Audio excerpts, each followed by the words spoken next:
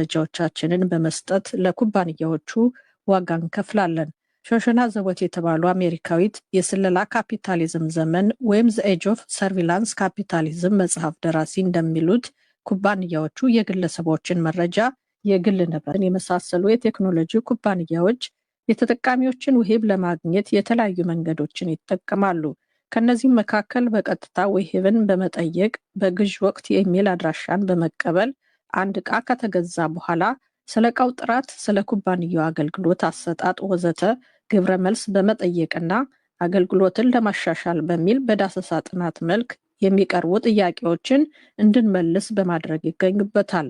ሌላው የበይነመረብ እንቅስቃሴን በመከታተል ማለትም ተጠቃሚዎች የሚጎበኙትን ድረገጽ፣ የሚከፍቷቸውን ሊንኮች፣ የሚጠቀሙትን ኢሜል፣ በተደጋጋሚ የሚመለከቷቸው ይዘቶች ላይ ክትትል ማድረግን ያጠቃልላል። በሌላ መልኩ የተጠቃሚዎችን መረጃ በቀጥታ ከመሰብሰብ ይልቅ መረጃ ለመሰብሰብ ጊዜውና ሀብቱን ከሰጠ ከሌላ ሶስተኛ ወገን መረጃን ይገዛሉ። በዚህ ሁኔታ የቴክኖሎጂ ኩባንያዎቹ ስማችንን፣ የኢሜል አድራሻችንን፣ ስልክ ቁጥርን፣ ዓለም አቀፍ መለያን ወይም አይፒ አድራሻን የምንጠቀምበትን የኤሌክትሮኒክስ መሳሪያ የተጠቀምንበትን ጊዜ ምን እንደምንሰራና ሌሎችንም መረጃዎቻችንን ከኛ ይሰበስባሉ፣ ክትትልም ያደርጋሉ። ይህ የሚሆነው ደግሞ በበይነመረብ ግዥ ስንፈጽም፣ የማህበራዊ መገናኛ ዘዴዎችን ስንጠቀም፣ በጉግል መረጃ ስንፈልግ ወይም የተለያዩ ድረገጾችን ስንጎበኝ ሊሆን ይችላል። በዚህም እንደ ጉግል ያሉ ኩባንያዎች ከጀማሪ የቴክኖሎጂ ኩባንያነት እስከ ባለ ብዙ ቢሊዮን ዶላር የገቢ ኢምፓየር መፍጠር ችለዋል። ሾሸና ዘቦት ይህንን መሰሉን ድርጊት ከዲሞክራሲ የሚጻረር የክትትል ካፒታሊዝም ወይም ዲሞክራሲ አንዱ ሊኖረን ወይም ሌላውን ልንይዘው እንችላለን። ሁለቱም ግን ሊኖረን አይችልም። በእነዚህ ሁለት ዓለም አቀፋዊ መሪ ተቋማት መካከል ያለ መስማት የተሳናቸው ፍልሚያ ብዬ ጠራዋለሁ። ሚሆኑ ውሂብ ከያዙ በኋላ የደንበኛ ፕሮፋይል በመገንባትና ተጠቃሚው ማን እንደሆነና ምን እንደሚፈልግ የተሻለ ግንዛቤ ይይዛሉ። በዚህ መልኩ ከተጠቃሚዎች ያላቸውን ግንኙነት ግላዊ በማድረግም በተጠቃሚዎች ፍላጎት ላይ የተመሰረተ ማስታወቂያዎችን ይለቃሉ። የማህበራዊ መገናኛ ዘዴዎች መተግበሪያዎችም ተጠቃሚው ማየት የሚፈልገውን ይዘት ደጋግመው ያቀርባሉ። እንደ ቲክቶክ ያሉ የማህበራዊ መገናኛ ዘዴዎች ሱስ የሚያስይዙትም ለዚህ ነው። ምክንያቱም የሚነድፉት ስልተ ቀመር ከዚህ ቀደም በተመለከቱት መሰረት አዲስ ይዘት ማቅረብን ቅድሚያ ይሰጣሉና። ደራሲዋ ሾሸና ዘቦት ይህ የስለላ ካፒታሊዝም አዲስ የኢኮኖሚ ስልትን እንደሚወክል ያምናሉ።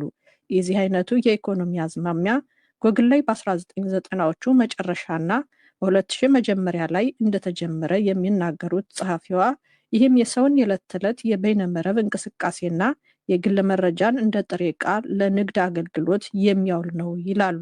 ጸሐፊዋ እንደሚሉት ጎግል ስለ ሰዎች ወደፊት የበይነመረብ ባህሪ ለመተንበይና ከተጠቃሚዎች የበይነመረብ ፍለጋ ያገኘውን መረጃ ለመጠቀም ከጊዜ ወደ ጊዜ የተራቀቁ መንገዶችን አዳብሯል። መረጃ ፍለጋ ባሻገር እንደ ጎግል ማፕ፣ ጂሜል እና ዩቲዩብን በመሳሰሉ ሌሎች አገልግሎቶች ይታወቃል። ነገር ግን የጎግል ወደ 80 በመቶ የሚጠጋው ከፍተኛ ገቢ የሚገኘው በማስታወቂያ ነው። ልክ እንደ ጎግል ፌስቡክም ከፍተኛውን ገቢ የሚያገኘው የተጠቃሚዎችን መረጃ በመጠቀም እነሱን ታሳቢ ያደረጉ ማስታወቂያዎችን በመስራት ነው። ሌሎች ብዙ የማህበራዊ መገናኛ ዘዴ መድረኮችም ይህንኑ ያደርጋሉ። ሜታ የዋትሳፕ እና ኢንስታግራም ባለቤት በመሆኑም ኩባንያው ከነዚህ መተግበሪያዎች መረጃ ወስዶ በፌስቡክ ላይ ለታለሙ ማስታወቂያዎች ሊጠቀምባቸው እንደሚችልም ባለሙያዎች ግምት አላቸው። ያም ሆኖ የኩባንያዎቹ የግላዊነት ፖሊሲ የተጠቃሚውን መረጃ የሚሰበስቡት የተጠቃሚውን አጠቃላይ አገልግሎት ተብሎ መጠራቱ ነው።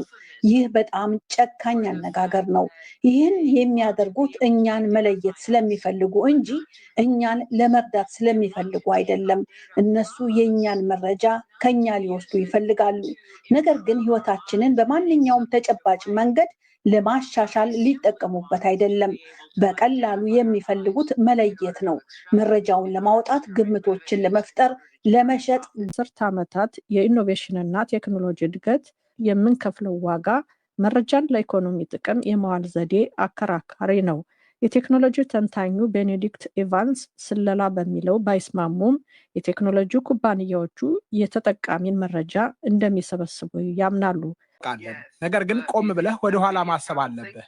ከኒውዮርክ ወደ ጀርመን የ1 ሰዓት የቪዲዮ ጥሪ ማድረግ መቻላችን በእውነት መጥፎ ነገር ነውን?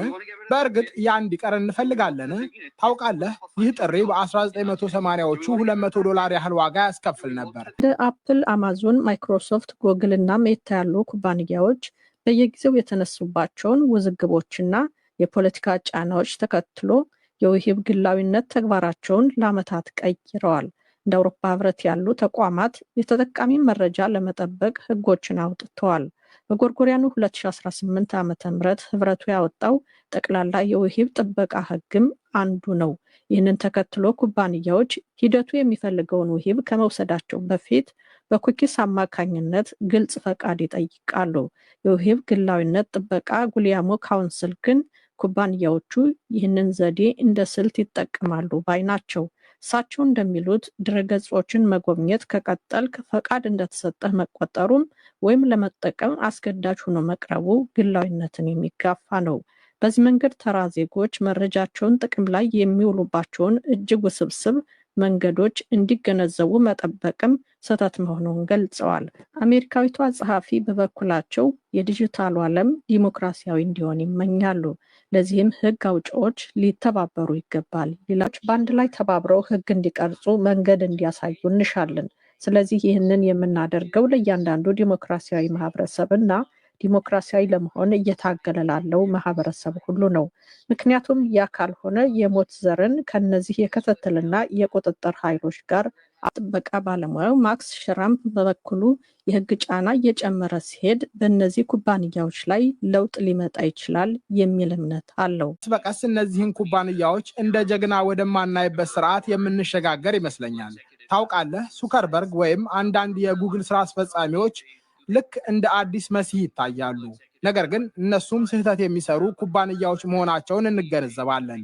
ቴክኖሎጂ ተንታኙ ቤኔዲክት አቫንስ በእያንዳንዱ የዕለት ተዕለት ህይወታችን ጣልቃ እየገባ ያለውን ውስብስብ የቴክኖሎጂ አገልግሎት ልክ እንደ ሌሎቹ ዘርፎች ፖሊሲና ህግ በማውጣት ብቻ ውጤታማ ማድረግ እንደማይቻል ገልጸዋል።